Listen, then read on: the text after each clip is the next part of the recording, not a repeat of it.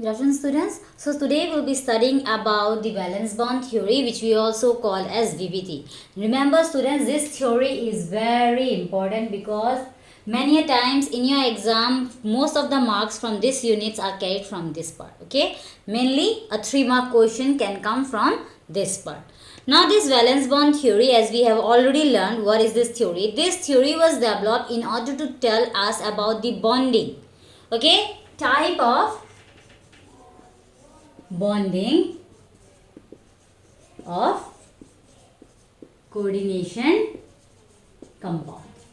Yes,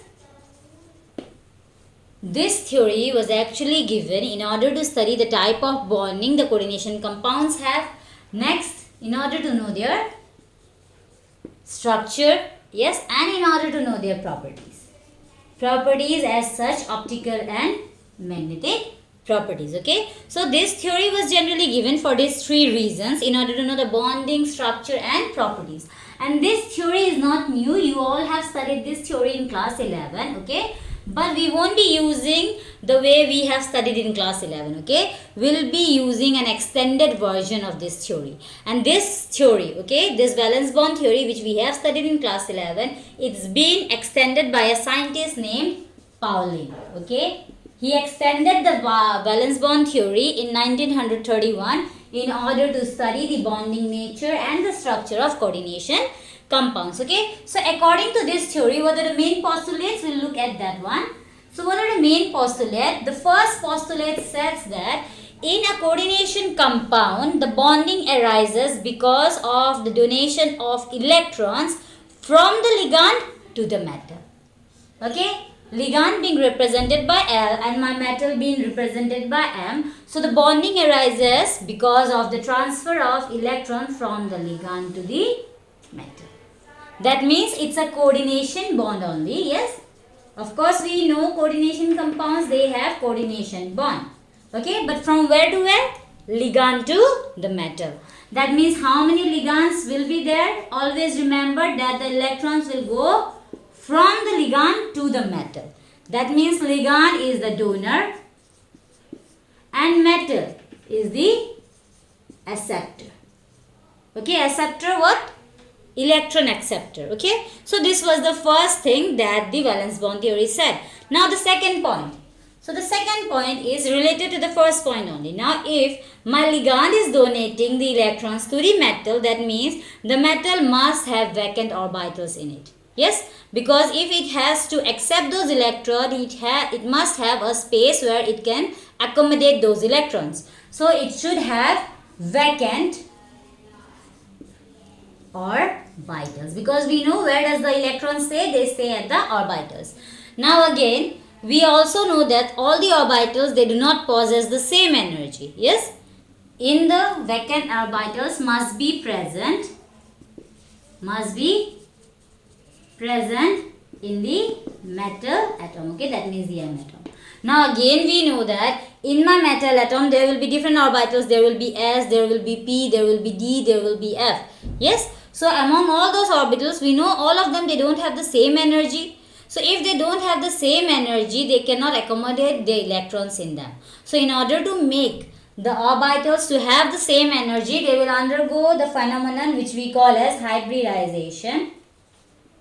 We have studied about this phenomenon as well in class 11. Okay, so based on hybridization, 2 orbitals present in the same atom, they will fuse together in order to generate an hybrid orbital which has equivalent energy. Okay, so when the orbital will have equivalent energy, it can accommodate the electrons in them.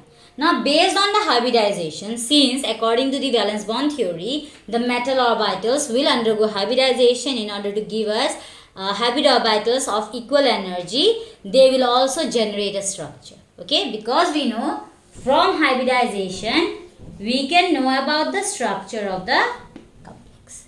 Okay, so first point, you will know that the bonding is from ligand to metal. Okay, that means the ligand is the donor atom and the metal is the acceptor atom. Again, in order to accept those electrons, the metal must have vacant orbitals, and those vacant orbitals must possess equal energy. And in order to have equal energy, they undergo hybridization, and from their hybridization we'll learn about the structure of the complex. So as I told you that from hybridization we can know about the structure, okay, and remember the hybridization will take place only for the metal, not for the ligand, okay. Hybridization will happen only for the metal atom, okay, because hybridization is a phenomenon in which orbitals present in the same atom fuse together, okay. So remember what was hybridization, and it will only take place for the metal, and from the hybridization of the metal we'll come to learn about the structure, okay. So let's see. So if in the hybridization 1s and 3p orbitals are involved, then the hybridization will be sp3, yes. So how many orbitals are involved? That many hybrid orbitals will be formed. So there are 3p and 1s orbital, that means there will be 4 hybrid orbitals as well. Now we have studied if the hybridization is sp3, the geometry will be tetrahedral, okay. Now based on that, if the number of hybrid orbitals are 4, that means the metal will have 4 vacant orbitals in which it can take the electrons. So that means only 4 ligands or 4 coordinate bonds can be generated for that complex. So the coordination number will be 4. Likewise, if 1d orbital, 1s and 2p orbitals are involved in the hybridization, it will be dsp2. That means again 1, 2 plus 2, 4 hybrid orbitals, and the geometry will be square planar, okay. Again there are 4 hybrid orbitals, that means 4 vacant places in order to take electrons. So it will be 4 coordination number, okay. It will have 4 coordination bonds. Next again, if there is 1 and 3p and again 1d, it will be sp3d, okay. That means number of hybrid orbitals are 5 and the geometry will be trigonal pyramidal, okay. Trigonal bipyramidal, okay, bipyramidal. I have already given you this table, and this table is very important. You need to memorize this table, okay. Based on that, coordination number will be 5. That means 5 coordinate bonds. Again, if the orbitals are 1s, 3p and 2d, then the hybridization will be sp3d2. Okay, these are the orbitals involved. This is the type of hybridization, and based on the type, there will be number of hybrid orbitals. Since 2 plus 3 plus 1 is 6. So, there will be 6 hybrid orbitals, and this one will give you octahedral geometry, okay. Now, again in octahedral geometry, we call this kind of complex as outer D complex.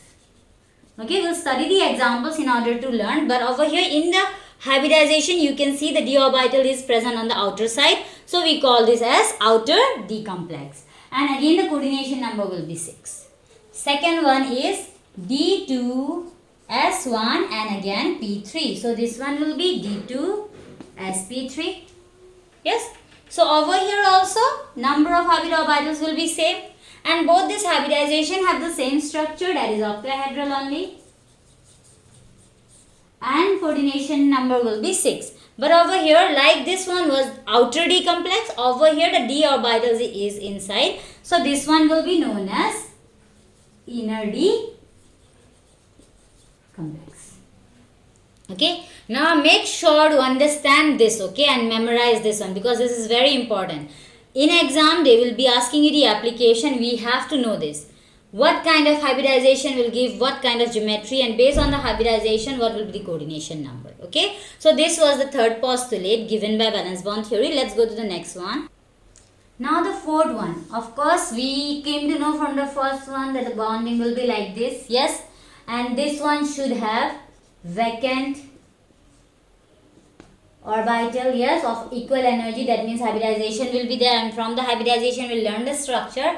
Now the fourth thing is that if the ligand is going to donate its electron, it must have an excess of electron, yes. So it's very important that the ligand must have at least one set of orbital which contains a lone pair of electron, okay. So if I say this is my ligand, a ligand must have an orbital which should have a lone pair of electrons. That means those electrons are not involved in the bonding or anything. Like if you talk about ammonia, yes, this is how ammonia looks like. Okay, this is how ammonia looks like. Yes, NH3. But over here they have 2 electrons present as the lone pair, because if you remember the valence dot structure for nitrogen, the atomic number is 7. Yes, so configuration will be 1s2, 2s2, 2p3. Yes, so outermost mein how many electrons are there? There are 5 electrons. So if you are supposed to arrange those 5 electrons, 1, 2, 3, 4, 5. Yes, so these 3 electrons will be involved in bonding, while these 2 electrons will remain as lone pair. So over here nitrogen act as a ligand, ammonia act as a ligand. Why? Because it possesses a orbital which contains lone pair of electron, which will be given, okay, which will be donated to the metal in order to form the coordinate bonds present in the coordination complex. Okay, so this was the fourth postulate. Now the last one. When the metal or the ligand will donate their electron to the metal, the orbitals, okay, the hybrid orbital, metals are going to form hybrid orbitals. Yes, we have already learned, because they will undergo hybridization. So the metal will give you a hybrid orbital which is vacant. Okay, and my ligand, okay, my ligand ka orbital which has electron, let me write it over here. My ligand's orbital which has electron, they must have to overlap in order to give you a coordinate bond. So it will be like this. Okay, both the electrons are given by the ligand. Okay, and since it's giving, now it's being shared and they will give you the coordinate bond. Same goes for here. Okay, so they must have an overlap in order to give us a coordinate bond. What kind of coordinate bond? Always remember, it's a ligand to metal coordinate bond. Okay, so these were the postulates of valence bond theory. Now again in exam, of course, postulates are important in order to understand and you have to memorize. But in order to apply these postulates in the questions that are gonna come in your exam, we have to know about one more thing. There is strong ligand, okay, and weak ligand. Now there is a series of ligand, okay, spectrochemical series, from where we come to learn about strong and weak ligands, which we'll be studying in CFT, okay, in the next theory after this. But over here there are certain ligands which are considered to be strong and there are certain ligands which are considered to be weak. Now it's very important for us to remember which are strong and which are weak ligands. Okay, I'll send you the notes, okay, the list of the ligands which are strong and weak. Now why?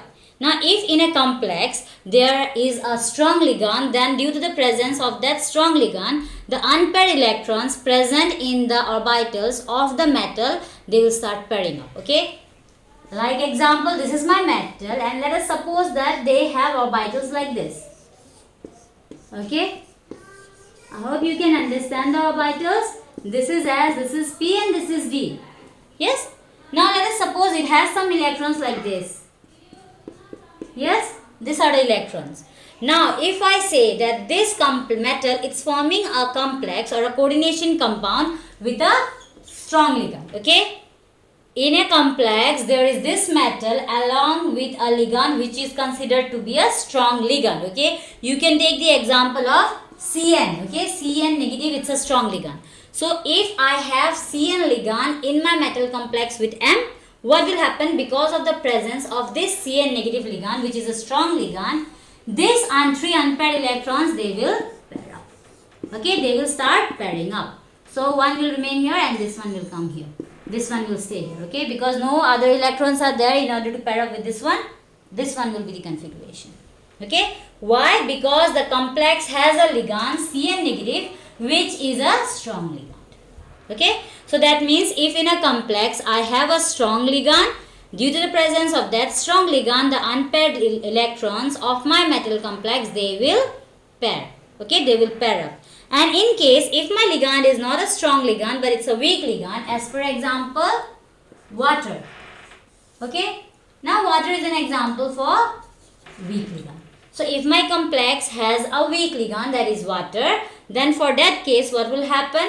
These electrons won't pair up. Okay, we were getting this configuration when my ligand was a strong ligand, but since this time my ligand is a weak ligand, so what will happen? This electron will remain as it is. They won't pair up in the hybridization process. Okay, so this was the theory portion for the valence bond theory, and in the next class we'll do the application. Okay, so understand this. Already the notes have been provided.